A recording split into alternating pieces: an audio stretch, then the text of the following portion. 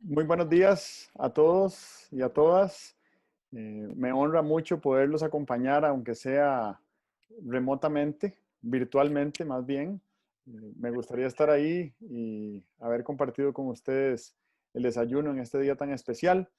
Dispongo de unos 25 minutos, así que quería compartirles algunas ideas con ocasión del Día del Régimen Municipal. Y me voy a permitir compartirles mi pantalla por si acaso pueden ir siguiendo algunas de las cosas que voy a decir para que, para que puedan acompañar digamos, el hilo conductor de lo que quiero decirles. Así que he preparado esta pequeña conversación que le he denominado oportunidad y transformación en el Día del Régimen Municipal, que interesantemente el régimen municipal bastante joven, ¿verdad? No, hubo una importante reforma en el año 1998, a partir de la cual empezó a cambiar el nivel de autonomía y de responsabilidad legal y financiera que tienen los gobiernos locales. Pero eso no quiere decir que la tarea esté terminada. Hay mucho más trabajo por hacer y mi opinión personal, a manera de apertura, es que la gobernanza municipal es quizás más importante que la gobernanza central del Poder Ejecutivo, por dos razones. Primero, porque los gobiernos municipales están en contacto más directo con la ciudadanía, y segundo, porque los gobiernos locales entienden la sensibilidad y la sutileza de las necesidades que tiene cada comunidad local.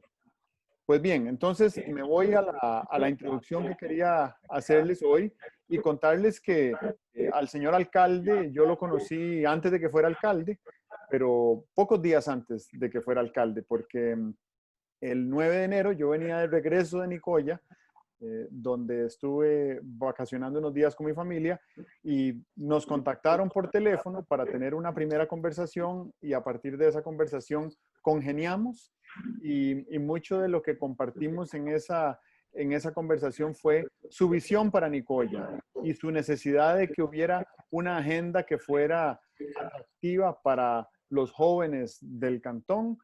Y entonces conversamos sobre temas de bienestar, sobre la economía naranja que está basada en la riqueza cultural de una comunidad o de una región, y de soluciones basadas en naturaleza. Yo diría que esos fueron los tres grandes temas sobre los cuales tuvimos acuerdo, y a partir de ahí empezamos a conversar sobre maneras de colaborar. Pues unos días después él resultó favorecido con la simpatía del pueblo nicoyano, y unos meses después asumió la alcaldía en un contexto que era muy diferente al que habíamos conversado en enero, antes de la pandemia. Así que, la situación ha cambiado, pero no ha cambiado la visión ni ha cambiado la intención de que podamos colaborar en ayudar a que la comunidad de Nicoya logre su máxima ambición y su máxima visión. De hecho, les comento que yo, durante toda la cuarentena que llevamos desde marzo, he salido poquísimas veces de mi casa, pero he salido 7 veces para ir a Nicoya. Y me estoy preparando para volver a Nicoya la semana entrante, así que algo me llama en Nicoya, y si puedo colaborar a que esa comunidad sea mía y además contribuir a que se enriquezca, estoy en la mejor de las disposiciones. Así que le agradezco al señor alcalde su visión y su motivación, y también la invitación para conversar con ustedes brevemente el día de hoy.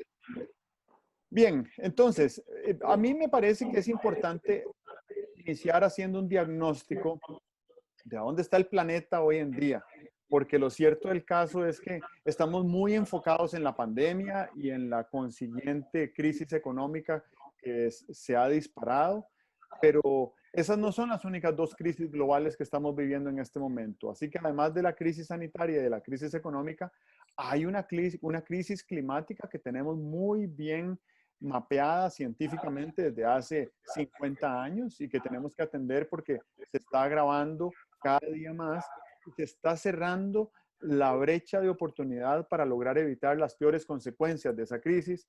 Luego tenemos una crisis de biodiversidad que tal vez en Costa Rica no la percibimos mucho, porque nosotros los últimos 40 años hemos hecho la tarea de preservar los ecosistemas y eso ha enriquecido y robustecido la biodiversidad del país, pero a nivel global están desapareciendo, extinguiéndose millones de especies y eso es algo que va a afectar definitivamente la civilización de la especie humana. Después tenemos una crisis energética donde tenemos una altísima dependencia en los combustibles fósiles, pero es una dependencia que no podemos abandonar de la noche a la mañana, porque si hoy dejáramos de consumir combustibles fósiles, habría una enorme disrupción que causaría mucho daño, mucha pobreza y quizás hasta muchísimas más muertes que las que está causando la pandemia de la COVID-19. Luego tenemos una crisis de liderazgo y esta crisis de liderazgo yo siento que tiene tres elementos. Los tres elementos están en crisis. Primero, la crisis de visión. Nadie tiene capacidad de ver más allá del viernes. Y entonces es muy difícil planificar si no somos capaces de ver un poco más allá del viernes. Y ver más allá significa imaginar, porque la verdad es que no sabemos a dónde vamos a estar esta Navidad. Pero sí sabemos que si la situación continúa como está hoy, en Navidad habrá muchos estómagos con hambre en Costa Rica. Así que pensemos, ¿qué tenemos que hacer hoy? A un poco más de 100 días de esta Nochebuena para hacer lo que necesitamos hacer para ayudarle a los desocupados y para ayudarle a las personas que tienen hambre a producir tal vez algunos alimentos que puedan poner en su mesa y en las bocas de sus hijos esta Navidad. Luego tenemos una crisis de estrategia, quiere decir una crisis en la capacidad de gestionar políticamente. ¿Qué quiere decir eso? La capacidad de gestionar acuerdos, la capacidad de poner personas alrededor de una mesa para poder tener claridad de qué es lo que deberíamos hacer juntos. Estamos dilapidando enorme cantidad de energía y de recursos humanos y financieros y sobre todo valiosísimo tiempo en criticarnos y en zancadillarnos y en obstaculizar lo que están tratando de hacer los que están tratando de hacer algo. Y eso no nos va a llevar a ningún lugar a salvo. Así que esa es otra crisis. Y la última crisis, que para mí se suma a las otras 7, son 8 crisis que yo percibo que hay en estos momentos a nivel global, es una crisis de comunicación. Y esa crisis de comunicación lo que nos ha hecho es perder nuestra capacidad de contar historias, o más bien de crear historias y de contarlas. La humanidad por los últimos 200.000 años ha logrado progresar, subsistir, salir adelante gracias a su capacidad de imaginar historias que no existen, de compartirlas con otros y de persuadirnos mutuamente para perseguir la visión que cuenta esa historia. Y nosotros no tenemos historia que contar. Pensemos hoy en día cuál es la historia que está contándose Costa Rica para sí misma del año 2024 o del año 2028. No tenemos historias. Y ahí siento yo que es muy importante que volvamos a tener la capacidad de imaginar y la capacidad de contar historias y la capacidad de persuadirnos los unos a los otros para que nos movamos hacia esas historias que queremos para nuestro futuro. Estas crisis que les comparto provocan grandes ganadores y perdedores a nivel global. Primero, en el aspecto de la preservación o no preservación del capital natural. Les acababa de mencionar que aquí en Costa Rica sí fuimos capaces de preservar el capital natural y esto es muy importante porque toda riqueza social y económica proviene de la biosfera, que es esa delgadita membrana que recubre al planeta Tierra y en la cual habitan todas las formas de vida, ¿verdad? Eso es muy importante y aquí en Costa Rica ya hemos hecho bien la tarea. Yo quiero mostrarles esta imagen y no sé si cambio acá a otra pantalla. Ustedes pueden ver esta imagen en grande ahí, ¿ok? Esta imagen me gustaría que la rescataran como el resumen de lo que quiero compartirles hoy, Día del Régimen Municipal. Y esta ilustración lo que demuestra es en qué consiste el desarrollo regenerativo. Lo que quiere decir es que en ese círculo azul está la economía global. Ahí se encuentran todo el comercio y todos los intercambios de bienes y servicios que hacemos todos los seres humanos todos los días. Pero esa economía global solo existe donde hay comunidades humanas viables. Y cuando digo viables me refiero a comunidades que son sostenibles, donde se vive en relativa paz y armonía, ¿verdad? Pónganse ustedes a pensar con el siguiente ejemplo. Si hay un país que está en guerra civil desde hace 10 años, ¿ustedes creen que un inversionista extranjero va a invertir en algún negocio en un país que está en guerra civil? Probablemente no. Es más probable que invierta en un país que ha hecho su tarea, que tiene gobernanza, donde se vive en armonía y en paz. Así que esta civilización humana es la que permite que haya mejor dinámica comercial. Pero esta civilización humana vive dentro de la biosfera, que es esa pequeña red donde habitan todas las formas de vida del planeta. Y entonces esta es la razón por la cual es tan importante trabajar en la regeneración de los ecosistemas, que nos permite mayor viabilidad humana, y esa mayor viabilidad humana nos permite mayor actividad económica. ¿Ok? No es al revés, no es tratar de arreglar la economía y después preocuparnos por el medio ambiente. Es primero preocuparnos por el medio ambiente y como consecuencia de esa preocupación por el medio ambiente, establecer instituciones, comunidades humanas que puedan crear una economía viable, sostenible y que tenga un impacto positivo en la naturaleza. Costa Rica ya lo ha hecho, somos un muy buen ejemplo en eso y tenemos que asegurarnos de que así continúe siendo.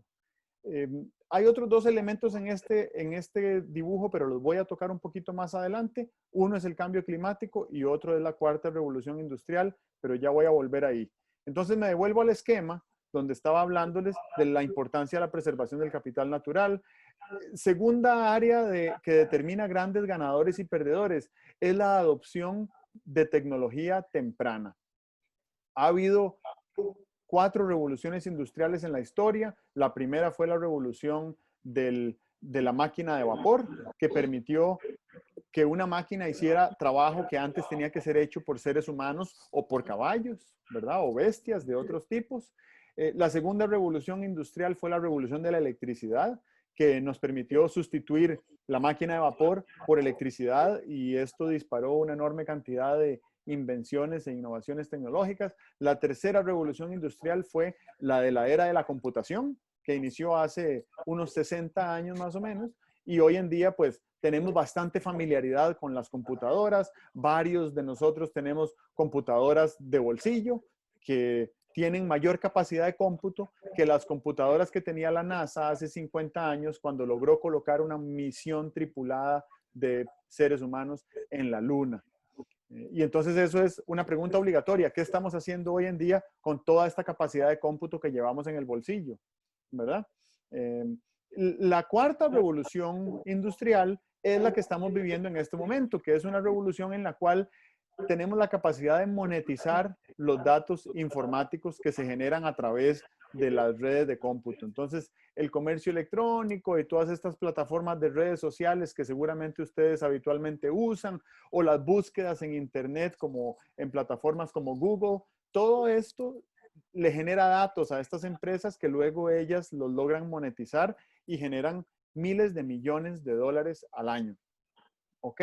Y dentro de la adopción temprana de tecnología, hay 6 elementos en los cuales no voy a profundizar, pero quiero que ustedes los sepan, sobre todo porque vivimos en un país donde hay altísima penetración de telefonía móvil y donde hay altísima penetración de uso de plataformas de comunicación como el WhatsApp, por ejemplo, o el uso del Waze para quienes manejan carros. Cuando hay adopción tecnológica temprana, suceden estos 6 fenómenos: la digitalización de las comunidades, la disrupción, entonces algunas cosas que se hacían antes ya no se hacen tanto, ¿verdad? Hoy no se sacan tantas fotocopias como se sacaban hace 25 años. La desintermediación, que quiere decir que ya no hay intermediarios entre el productor y el consumidor final de un bien. Ahí todavía tenemos mucho camino que recorrer, sobre todo en materia agrícola. La descentralización quiere decir que ya no hay que ir todos a un mismo lugar para obtener algún beneficio, sino que esos beneficios se pueden intercambiar dentro de una red de personas. La desmaterialización, y vean ustedes el ejemplo de esta conversación que estamos teniendo hoy o de esta presentación que yo estoy haciendo. Estamos teniendo una conversación por medios digitales. No estoy físicamente ahí con ustedes. Y la sexta es la democratización, que democratización en materia electoral significa votar por quien a usted le guste, pero en materia de tecnología, democratización quiere decir optar por algo si a usted le interesa, que esto sea accesible para usted. Bien, y aquí creo que este es el centro de lo que les quiero decir y por qué me parece que es importante para el régimen municipal entender de dónde viene o hacia dónde va la tecnología en estas 5 industrias que han acompañado a la humanidad por lo menos durante los últimos 10.000 años desde que logramos domesticar la agricultura. Ha habido y habrá en los próximos 10 años una gran disrupción en la producción de alimentos, precisamente porque estamos desarrollando la capacidad de fermentar proteínas en el laboratorio. Y esto nos va a permitir producir alimentos de una manera muchísimo más eficiente que como los producimos hoy. También hay una disrupción tecnológica en energía. Viene la revolución solar, que todavía no ha llegado a Costa Rica, pero llegará en los próximos 10 años definitivamente. Una disrupción tecnológica en la producción de nuevos materiales. Digamos, hoy en día yo estoy vestido con una camisa de algodón, pero dentro de unos años podría ser que existiera un material sintético producido de manera eficiente, barata y que fuera más cómodo que el algodón. Otra disrupción tecnológica en información, bueno, eso ya lo estamos viviendo, ¿verdad? Los últimos 10 años con la aparición de los teléfonos inteligentes y de las redes sociales hemos aumentado mucho la dinámica en comunicación y el transporte también es una industria que ya empezó a cambiar. Si alguna vez ustedes han utilizado la plataforma de Uber, ya saben que no tienen que ser dueños de un carro, ni tienen que manejarlo para que puedan trasladarse en un carro de un lugar a otro. Y ahí lo que están haciendo es que están pagando por un servicio de transporte. Ok, entonces es importante que hagamos un esfuerzo para imaginarnos cómo puede ser esa tierra prometida. ¿Cómo podría ser? ¿Cuál es la máxima ambición que tenemos nosotros para el cantón de Nicoya? O para la zona azul Chorotega, o para la provincia de Guanacaste, o para toda Costa Rica, ¿verdad? O para el planeta. Yo creo que eso es importante también porque de ahí van a salir historias que nos vamos a poder contar unos a otros. Yo diría que dentro de 10 años es posible que al menos en algunos países exista una renta básica universal. Quiere decir que todo ser humano va a tener un mínimo básico de ingresos para poder sufragar sus costos elementales para subsistir de manera digna y de manera saludable. Lo de la fermentación de proteínas que les mencionaba ahora nos va a permitir producir alimentos de manera más eficiente y también producir nuevos materiales. La revolución solar que ya les comenté, los datos informáticos que producen nueva riqueza. Pensemos en la posibilidad de que dentro de unos años exista una red social parecida a Facebook, pero que nos pague unos colones por cada vez que le damos like o por cada vez que le damos me gusta o por cada vez que escribimos un texto o por cada noticia que compartimos. Y entonces es una cooperativa de datos informáticos donde yo doy datos y a cambio recibo dinero de alguna manera. Después está el tema de la servicificación de las empresas y aquí el ejemplo que les acabo de dar de Uber cumple perfectamente bien. El tema de los prosumidores también es importante porque cuando llegue la revolución solar a Costa Rica, es muy probable que varios de nosotros vayamos a producir la electricidad que consumimos. Y eso puede suceder también con alimentos y eso puede suceder también con materiales y eso puede suceder también con biodatos, ¿verdad? Que yo tenga un sensor en mi cuerpo que le pueda decir al médico y que le pueda decir al hospital y que le pueda decir a la empresa de seguros cómo estoy de salud y qué tipo de atenciones necesito para mejorar mi salud, prolongar mi calidad de vida y vivir como se vive en una zona azul, ¿verdad? Y por último, no menos importante, el tema de la paz, que yo creo que dentro de 10 años deberíamos de ser capaces de forjar la mejor versión de Costa Rica que podamos imaginar, donde haya bienestar, donde haya un bien común que sea robusto y donde haya prosperidad para todos. Y pues la varita mágica, como le digo yo, implica dos cosas fundamentales. Lo primero es bioalfabetización, quiere decir tener la capacidad de hablar el lenguaje de la vida. Y hablando el lenguaje de la vida, logramos desarrollo regenerativo, como lo ha logrado Costa Rica, logramos la biomimesis, que es la capacidad de imitar a la naturaleza, y logramos posicionarnos como líderes de la sexta revolución tropical, así le denomino yo, que es la convergencia entre la tecnología y la biología. Entonces imaginen si dentro de 10 años sería posible que en presencia de un virus como la COVID-19 que estamos viendo ahora, en lugar de estar tratando de buscar una vacuna, simplemente desarrollamos unos nanorobots biológicos que los inyectamos en el cuerpo, atacan al virus y cuando terminan con su tarea de eliminar al virus, lo sacamos de vuelta del cuerpo y logramos mejorar nuestra salud sin perturbar la economía, sin perturbar la educación. Esto ya está sucediendo en algunos países y probablemente debido a la pandemia actual se va a acelerar el alcance de esa sexta revolución tropical. Bien, y finalmente, para cerrar, les quería dejar algunas evidencias de que esa tierra prometida es posible. Primero que todo, para los que tengan alguna familiaridad con la tecnología del blockchain, hoy en día se está hablando de organizaciones autónomas descentralizadas y estas organizaciones lo que permiten es la automatización de la toma de decisiones de manera transparente, confiable, segura y trazable.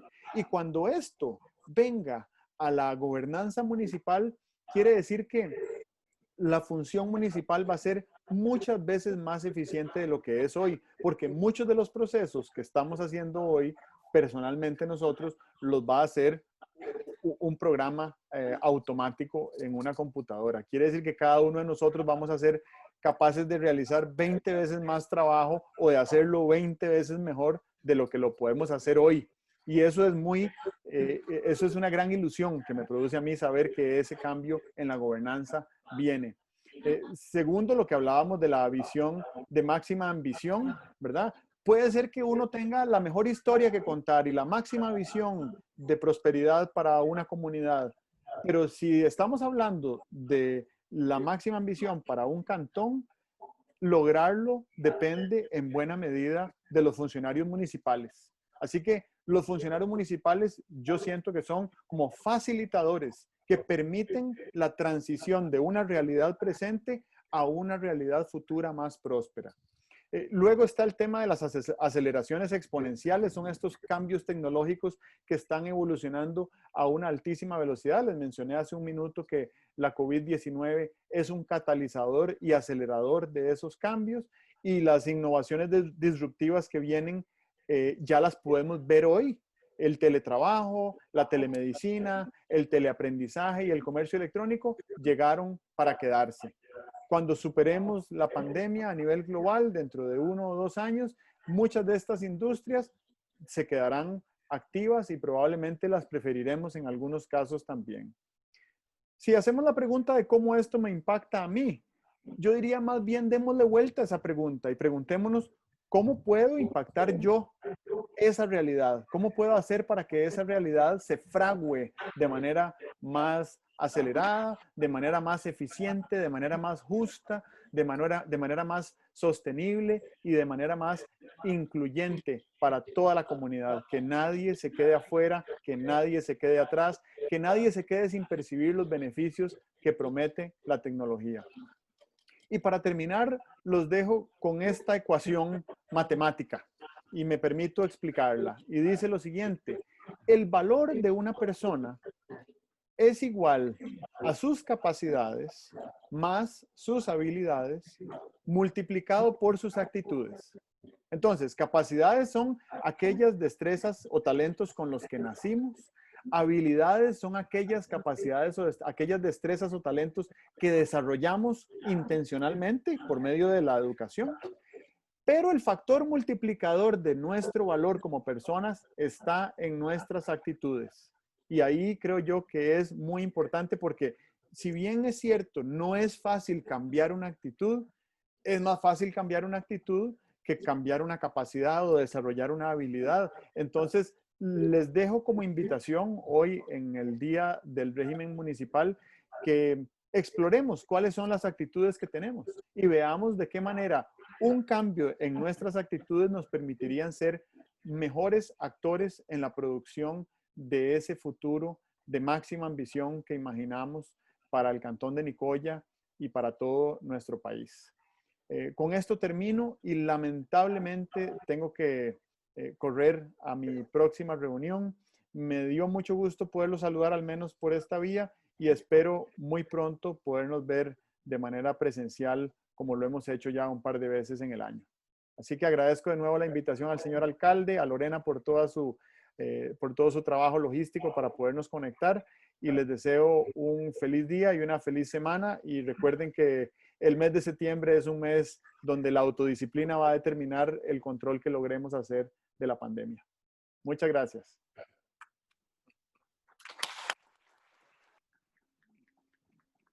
Gracias, de verdad, Álvaro. Muchas gracias. Chao. Ok, pura vida, nos hablamos. Gracias.